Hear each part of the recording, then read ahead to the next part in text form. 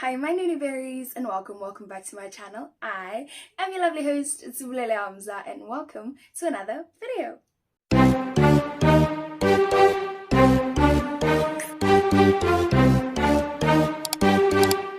It's been a minute since we've had a sit down and a little chit chat, and a few days ago I thought about the fact that I actually live in a tourist destination. I live in Knysna, where people come to spend their holidays, where they come to explore, but I, as a resident of Knysna for the past 20 something years, have never explored my own town.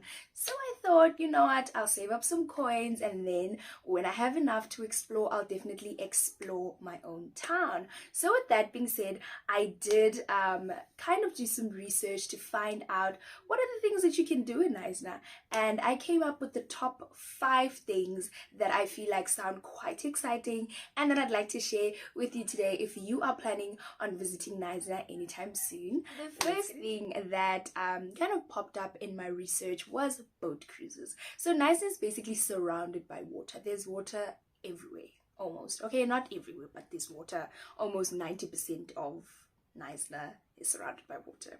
So there's a lot of water activities that kind of pop up when you research on what to do in Knysna, because there's a lot of water. Okay, so boat cruises are Knysna's most famous thing, especially for tourists. So they have the Knysna Sunset Sailing Cruise, where you can have a light dinner accompanied with some bubbly, and you can also have the Magic Lagoon, which is a cocaine Knysna Heads cruise. So there's a place in Knysna called the Heads, and if I could simplify the Heads or explain what the Heads is, it's like a huge rock. It's like a huge rock, né? And then you can stand on the rock and you can kind of see the entire ocean. You can see all the water. It's the best place to get the most beautiful views of Knysna. So the boat cruises usually travel at the bottom of that big rock. They travel along those waters, and you can basically see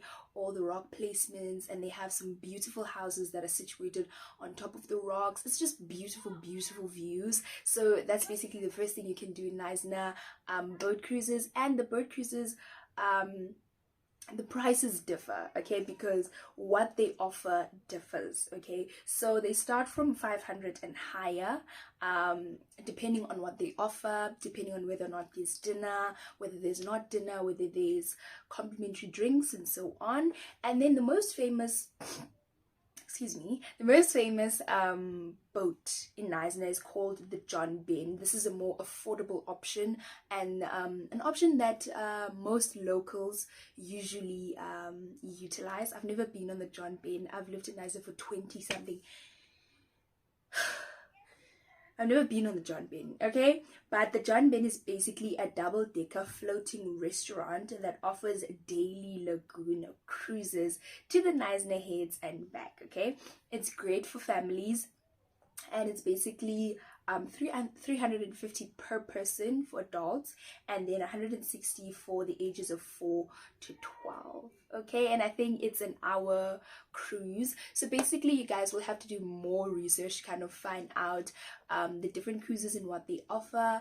But boat cruises are definitely something you want to do when you are in right now. Another thing that Knysna is very famous for is oysters. Okay, we usually have, I think around June, we have an oyster festival because of the ocean and the water, and there's water surrounding. We have a lot of oysters. Okay, now if you are a fan of oysters, you can definitely book yourself into the Knysna Oyster Tour, which is a cruise specifically about oyster education. Okay, but you don't only learn about the oysters, but you also get to taste the oysters, and they also have complimentary drinks. So if you are interested in learning all things oysters and you are an oyster lover, definitely book the Knysna Oyster Tour if you are in. Number 3, which came as quite a shocker to me, just proves what just proves how uninformed I am about my own town.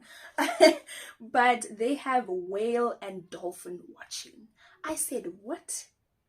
Knysna has what now? Knysna has whale and dolphin watching. So basically the humpback and southern right whales are sighted from June till November and migrate up and down the warm waters, passing the famous Knysna Heads. So you can also book a tour with the Ocean Odyssey at the Knysna Heads, where you can expect to see dolphins, seals, and even penguins. I said, girl, shut up. I said, shut up. You can see penguins where? Listen, it just proves how much Knysna has to offer. So I think when I save up enough money, because Knysna is not cheap, Knysna is quite expensive. So if I do save up some money, I definitely want to take my siblings and we can go a whale watching and see seals and so on. And I think you definitely should look into that as well if you are coming for vacation. Number 4, which I think is the most famous thing to do, is exploring the waterfront. So basically the waterfront, I don't know how to explain the waterfront, but I feel like it's a floating space. I feel like I can say it's a floating space, but there are restaurants, there are shops, and there's basically water all around where you are, because that's where all the boats stand, and there's tons and tons and tons of boats, small ones, cruises, you know. It's just a beautiful sight, and it's such a peaceful place. That's where you can also get accommodation in Knysna if you are someone who wants to live near the water, or you want to stay near the water during your duration in Knysna. You can definitely look for accommodation at the waterfront, or in Teasen Island, which is also a place just close to the waterfront where there's water everywhere. There's water everywhere. It's so beautiful. It smells amazing. You guys know how amazing seawater smells, and just to wake up in the morning and see water, I think that's beautiful.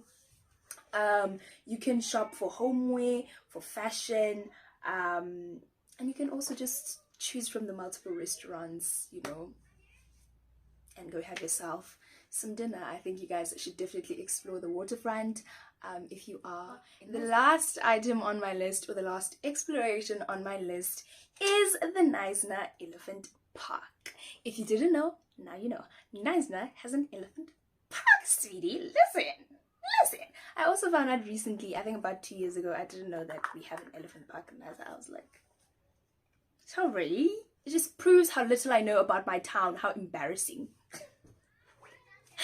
So basically, this park was started in 1994, and it was the first facility in South Africa to house and care for orphaned African elephants. And over the last 20 years, they have cared for and raised more than 40 elephants. Okay, and now they're open to the public to explore. Upon my research, I also found that you can actually host engagements there, and you can also have weddings there. I think they have a lodge where you can do all those things, or maybe you'd like to propose to your partner. I don't know, maybe while your partner's feeding an elephant, you know, people are creative.